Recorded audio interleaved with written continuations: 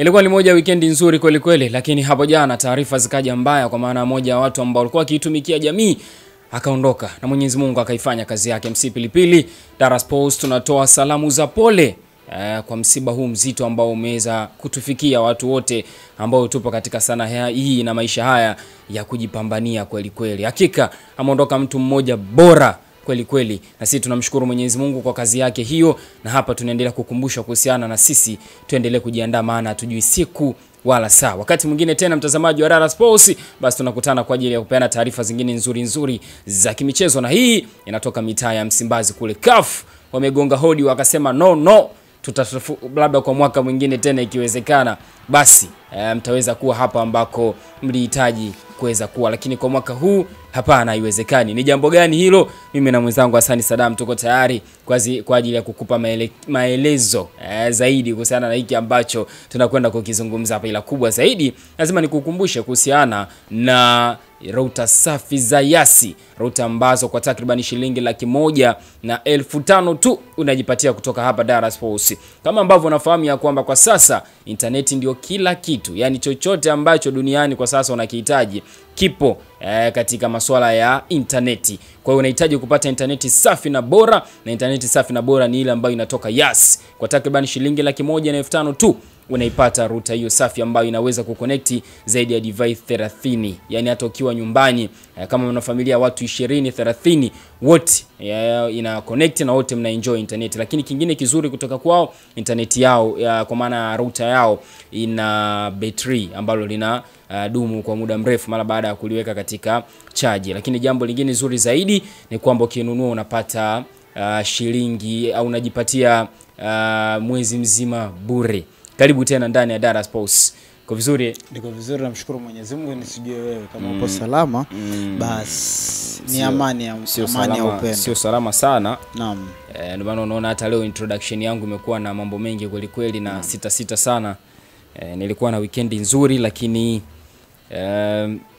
kifo cha MC Pilipili kuna namna ambavyo kimeniumiza sana. Sio wewe tu, Tanzania wote. Na imeniumiza kutokana na kwamba ni mtu ambaye nilikuwa namfuatilia kwenye mitandao ya kijamii, na last time nimeona post yake, alafu masaa 13 baadaye unaambiwa mtu kafariki. Ni jambo la kujiandaa sana. Nimebahatika kufanya naye interview mara kabla hajafariki.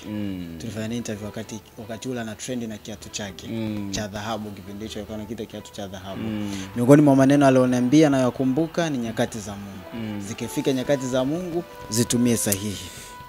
Haya bwana, Mwenyezi Mungu ailaze roho yake mahali pema peponi. Na sasa tuende tukajadili yale ya kimichezo. Kubwa zaidi linatoka mitaa ya Msimbazi kule. CAF jana wakagonga hodi pale wakasema nyie kwa sasa hapana, labda kwa wakati mwingine tena tutajaribu afu then tutaona kama inawezekana. Kama ambavyo ulikuwa unafahamu ya kwamba tarehe 19 siku ya Jumatano ni usiku ambao unaenda kushuhudia bara la Afrika likifanya tena jambo lingine zuri na likitofauti ambalo lilikuwa linafanywa miaka yote, lakini msimu huu huenda ushindani ukawa ni mkubwa sana. Yes, ushindani ni mkubwa wa msimu huu kwenye hizo tuzo za vilabu barani Afrika. Kila kona kuna tuzo nyingi katika kategori mbalimbali, lakini kategori yetu tunayozungumza hapa kubwa ni kategori ya upande wa vilabu vya mwaka. Vilabu vitatu tayari vimeingia kwenye kinyang'anyiro ambao ndio final, ile tunasema final. Na maana natoka mmoja kuchukua tuzo yake. Bwana, katika timu 10 ambazo zilikuwa zinawania timu bora barani Afrika, mnyama Simba alikuwepo, ambaye msimu uliopita alishika nafasi ya pili, kwa maana alikuwa ni mshindi wa pili katika michuano ya kombe la shirikisho barani Afrika, akifungwa na ni RS Berkane. Yes, na RS Berkane 2-0 kule Morocco, 1-1 uwanja wa New Amani Complex. 3-1 Simba anashindwa kuchukua kombe la shirikisho barani Afrika tena katika uwanja wake mwenyewe. CAF ikasema yes, Simba mlifanya vizuri katika, lakini kwa msimu huu hapana, ambao wanastahili ni Mamelodi Sundowns, RS Berkane pamoja na Pyramids Football Club.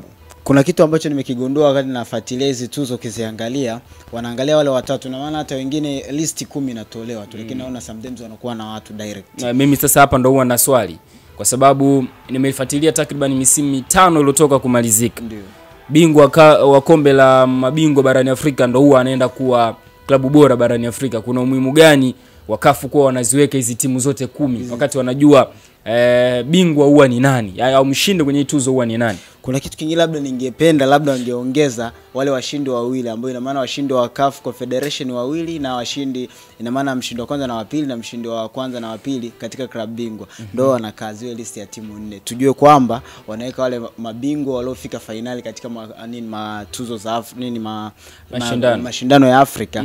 Alafu sasa wao wanaamua tu wanampa mmoja kama ilivyo ada tu.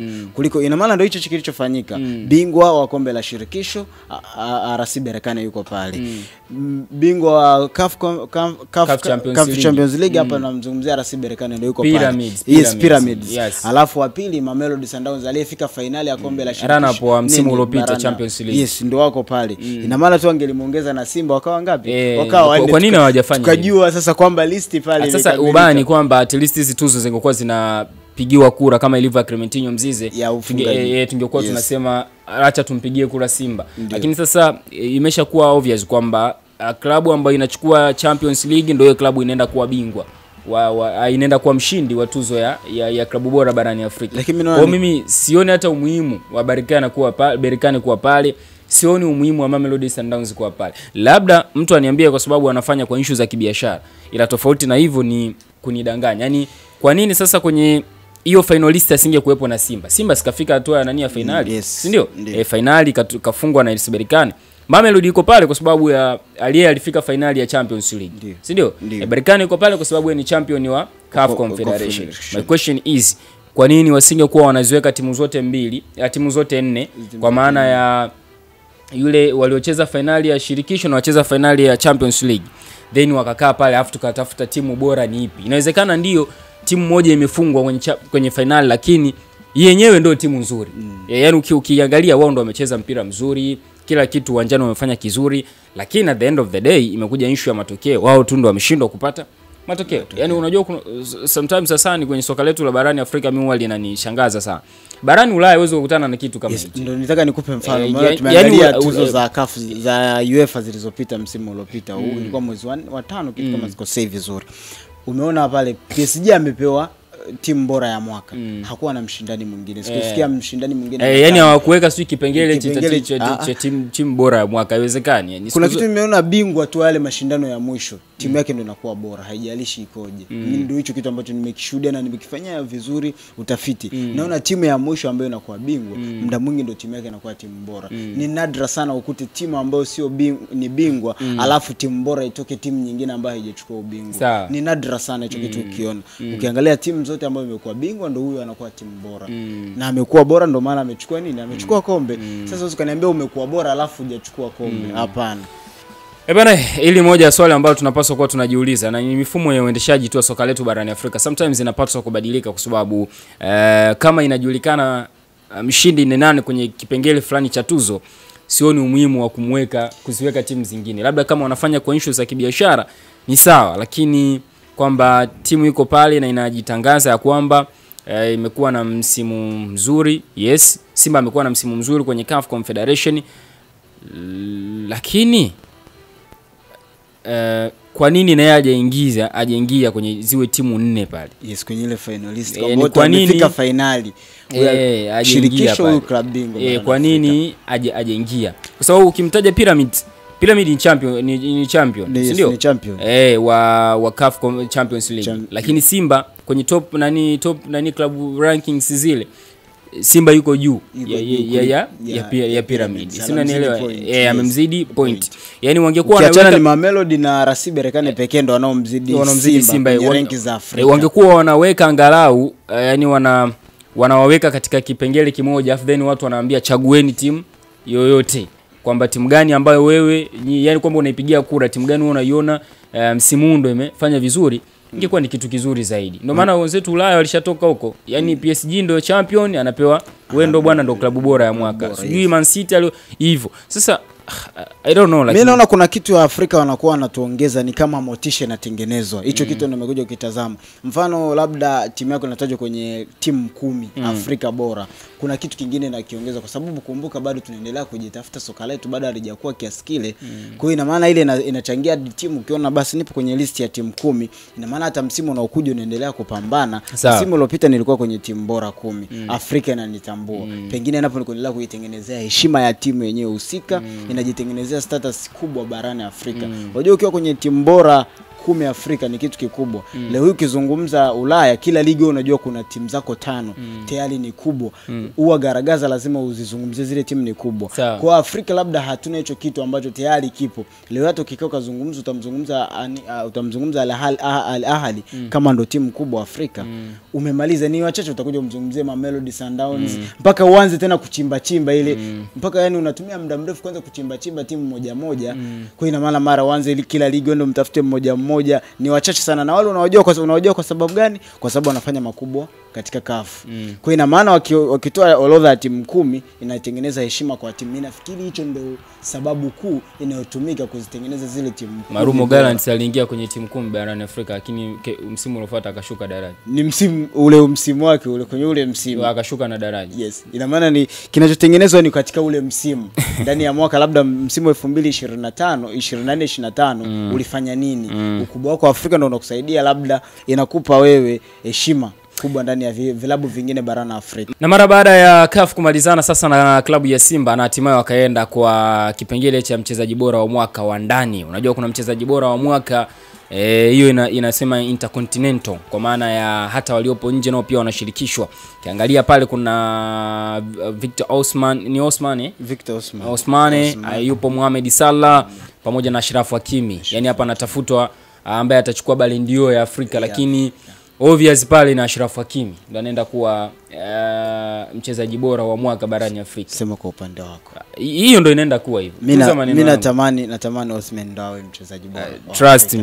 Trust me. Ashraf Hakimi ndo anaenda kupewa ile tuzo. Lakini ukiangalia kweli ana deserve kupewa, kwa sababu ameisaidia Paris Saint-Germain kuchukua UEFA, bado ameenda World Cup, amefika finali kwenye World Cup ya vilabu. Ashraf Hakimi ana deserve. Yani msimu uliopita alichukua Lukman ndo alichukua. Ademola Lukman ndo ambaye alichukua msimu uliotoka kumalizika. Sasa katika orodha ya wachezaji ambao wanawania tuzo ya mchezaji bora wa mwaka wa ndani, captain wa klabu ya Simba, show me the way, Shomari Kapombe naye pia alikuwemo, lakini CAF akasema hapana, huyu kwa sasa hivi hapana, labda tusubiri msimu ujao, kama atafanya vizuri zaidi basi na sisi tutamsogeza juu katika ile wachezaji watatu ambao watafika hatua ya finali, na mmoja akiwa ndo anatakiwa kuja kuchukua tuzo hiyo. Katika kipengele hicho amebakia Fiston Kalala Mayele na klabu yake ya Pyramids, amebakia Mohamed Chibi wa klabu ya Pyramids, alafu mwingine ni mwanetu kabisa Osama Lamlawi wa klabu ya RS Berkane. Hao tu ndio amesalia. Kina Mamshuru ameondolewa, akina Yusufu Diao nao pia wameondolewa. Mohamed Rabir Mati wa klabu ya Farabat naye pia ameondolewa. Shomari Kapombe hakudeserve kuingia nafasi ya hakudeserve kuingia, yani hakutakiwa kuwa finalist. Kwa nini? Mimi nimekuuliza. Yani kwa nini Shomari Kapombe hakutakiwa? Alitakiwa kwa sababu ana mchango wake mkubwa ndani ya klabu ya Simba msimu uliopita katika kombe la shirikisho barani Afrika. Mikimbio yake ina msaada, pasi zake za mwisho alizokuwa anazitoa, cross zake za mwisho alizozitoa. Kichwa cha Dese Mukwala kichwa cha Dese Mukwala ni close. Amefanya kazi kubwa. Anamzidi Fiston Kalala Mayele. Sasa hapo ndo tunakuja ukisema tuanze kumcompare kati ya Shomari Kapombe na Fiston Kalala Mayele. Hapo ndo kuna gap kubwa kwa msimu uliomalizika. Ndio maana nikakuuliza. Amefanya kazi kubwa Shomari Kapombe, amemzidi Fiston Kalala Mayele. Hajamzidi. Hamna takwimu ambazo anamzidi Fiston Kalala Mayele kwa msimu. Paka hapo tayari umeshamweka nje. Si unanielewa vizuri? Hapa anatafutwa mchezaji bora wa mwaka. Yaani kumbuka ni mchezaji bora wa mwaka kwa upande wa vilabu. Si ndio? Unarudi unamzungumzia Osama Lamlawi. Amemzidi Shomari Kapombe amemzidi nini Osama Lamlawi? Hamna alichomzidi kabisa. Unaona kabisa. Ukija kitakwimu Osama Lamlawi takwimu zake ziko juu kuzidi ya Shomari Kapombe, right? Kwa mpaka hapo kufikia hapo unaona CAF wamedeserve kutafuta kuondoa hao wengine na kumbakiza hao wachezaji watatu. Yes. Yes, ni sahihi kwa Shomari Kapombe kuondolewa kwenye listi, lakini alikuwa na mchango. Light kama ungelikuwa tunatarajia ni muone kwenye kile kikosi bora kitakachotajwa cha CAF au cha Afrika, natamani yeye awemo kwa mchango wake mkubwa aliofanya msimu ulioisha. Lakini inapokuja kwenye swala la tuzo unaangalia waliokuwa na mchango mkubwa zaidi. Ukimzungumzia Fiston Kalala Mayele hamna ambaye hajui mchango wake ndani ya Pyramids. Dakika za jioni anayokuwa Pyramids. Yaani kuna mechi yeye Fiston Kalala Mayele ameziamua yeye kama yeye binafsi kwa magoli yake kuifanya Pyramids ziende mbali. Unamzungumzia huyo RC Berkane. Mchango wake Osama Lamlawi. Mchango wake mkubwa sana akiwa na Pyramids na RC Berkane. Real deserve. Lakini hapo kinachokuja kumati sasa, ina maana tayari wamebaki watatu. Hao wawili wote wanatoka Pyramids, huyo mmoja anatoka RC Berkane. Ni mle tu. Mabingwa wawili, bingwa anatoa mmoja, bingwa anatoa wawili wa CAF Champions League, alafu kombe la shirikisho anatoa mmoja. Ni mle tu. Yaani una maana tukiwa unatazama tu binafsi wewe mwenyewe, unaona tuzo zinachezea mle kwenye timu ngapi? Timu mbili.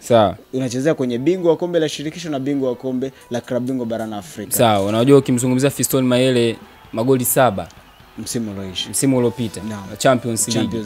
Inaendelea vizuri. Ukiachana na magoli, kufunga magoli, amecontribute zaidi ya assist 2 mpaka 3.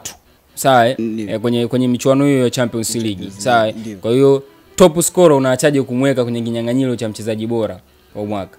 Japokuwa mimi ninavyoona anaenda kuwa mchezaji bora wa mwaka, Fiston Mayele atapewa tuzo ya mfungaji bora. Ila kwenye tuzo ya mchezaji bora anaweza akapewa Osama Lamlawi. Kwa nini? Sijajua kama inawezekana kutoa tuzo mbili kwa mchezaji mmoja kwenye aina letu ya soka la Afrika ambalo lipo kibiashara sana. Ndio. Inawezekana wakafanya hivyo kutokana na kumtaja Fiston Mayele kama moja mchezaji ambaye sasa hivi jina lake ni kubwa sana. Yaani imefikia hadi hatua wa Misri wanamuona kama Haaland wa Uingereza, right? Kwa hiyo inawezekana pia wakampa kutokana na issue za kibiashara kwamba ukihitaja Pyramids umemtaja Fiston Kalala Mayele. Sasa hivi bei yake inazidi kuwa kubwa juu kutokana na nini ambacho amekuwa kikifanya kwenye soka la bara la Afrika toka mondoka klabu ya Young Africans. Sio, unanielewa vizuri? Almost katika game 2, yani ukifanya estimation ya mchango wa Fiston Mayele kwenye game za Champions League ni takriban game 2 lazima afunge goli moja Fiston Kalala Mayele. Sio, unanielewa vizuri? Kwa hiyo unamuona ni aina gani ni player ambaye ni hatari, sawa? Tofauti na hatari kibiashara anauzika Fiston Mayele. Ni kwamba ukimtaja Fiston Mayele ndio top scorer wa michuano ya klabu bingwa barani Afrika. Lakini pia ukimtaja kama ndio top scorer, bado kija kwenye issue za biashara ni rahisi kumtamka kwamba Fiston Mayele ndio best player wa vilabu vyote ambao vimeshiriki michuano ya CAF msimu wa 24-20-25. Ni moja mchezaji mzuri sana, lakini moja ya kitu ambacho nahisi kitakuwa kimemwangusha ni michuano ambayo klabu yake ilishiriki kwa maana ya CAF Confederation. Haina rate kubwa sana ukikompare na Champions League. And that's why leo kwenye Champions League tunazungumza michuano ambayo imetumia zaidi ya miezi 7 mpaka 8. Mfungaji bora ana takriban magoli 7 tu. Hata magoli 10 hajafikisha. Yes. Fiston Kalala Mayele ukimzungumzia umezungumzia Pyramids. Kuna muda jina lake linasimama yeye kama yeye binafsi. Sawa. Ukimwangalia Mohamed Kiba ambaye yuko naye pale wa Pyramids wamekuwa na mchango mkubwa. Hata Mayele ana magoli 6, kumradhi ni magoli 6. Yeye mwenyewe ana mchango mkubwa yeye kwa kumsaidia yeye na huyu Mohamed Chibo wa Pyramids. Wote wawili kiwazungumza umezungumza Pyramid msimu uliopita kwenye mashindano ya CAF. Wamefanya juhudi kubwa kuhakikisha Pyramid inachukua kombe lake la kwanza la klabu bingwa barani Afrika. Sawa. Ni nadra sana kusema kwa nini wasimpe tuzo zote mbili Fiston Kalala Mayele kuwa mfungaji bora na huo muda kama mchezaji bora wa Afrika. Ana real na deserve kila kitu. Sawa. Ndio RC Berkane amefanya vizuri chini ya Osama Lamlawi, lakini mimi naona kwa upande wangu mimi binafsi hadeserve kupata tuzo. Osama Lamlawi. Yes, amefanya kazi kubwa lakini mimi naona hadeserve. Tena ukiweka mbaya zaidi kwenye michuano ya CAF Confederation, Osama Lamlawi amefungana na mchezaji mmoja wa Usma wana magoli 5. Kwa hiyo ni ngumu sana kuona Osama Lamlawi anachukua tuzo ya best player. Kigezo kingine tayari. Kigezo kingine tayari Fiston Kalala Mayele amemwacha. Yani Fiston Mayele huko ni top scorer magoli 6, ukija kwa Osama Lamlawi ni top scorer, lakini wanaenda kushare golden boot na huyu jamaa jina lake imenitoka kidogo. Yuko Usma na pia ana idadi magoli 5. Lakini ukiangalia mchango wake mkubwa akiwa na Rasib Berkane, mkubwa zaidi mpaka Rasib Berkane anafika finali. Uwezo kaacha kumzungumzia mchango wake aliochangia kwenye timu. Kwa hiyo mimi naona kwenye hichi kipengele cha mchezaji bora kuna wachezaji wengine walitakiwa waongezeke hapo kwenye tuzo. Ukiangalia kuna viungo namba 8 wamefanya kazi kubwa sana. Kama nani? Na Abdurrahman Delhamum alifanya kazi kubwa msimu kabla unaanza. Sawa. Kuna watu mimi nilitarajia kuna watu wengine waongeze, ndio Fiston Kalala Mayele ana deserve kila kitu, lakini kuna walitakiwa watoe jicho pembeni kuangalia wengine walioondoka kwenye ile list yao. Ndio kufanya hivyo sasa sana. Bwana nakushukuru wewe ambao ulikuwa pamoja na sisi, mimi pamoja na Hasani Saddam mpaka wakati mwingine. Alikuwepo Pako nyuma ya kamera. See you later.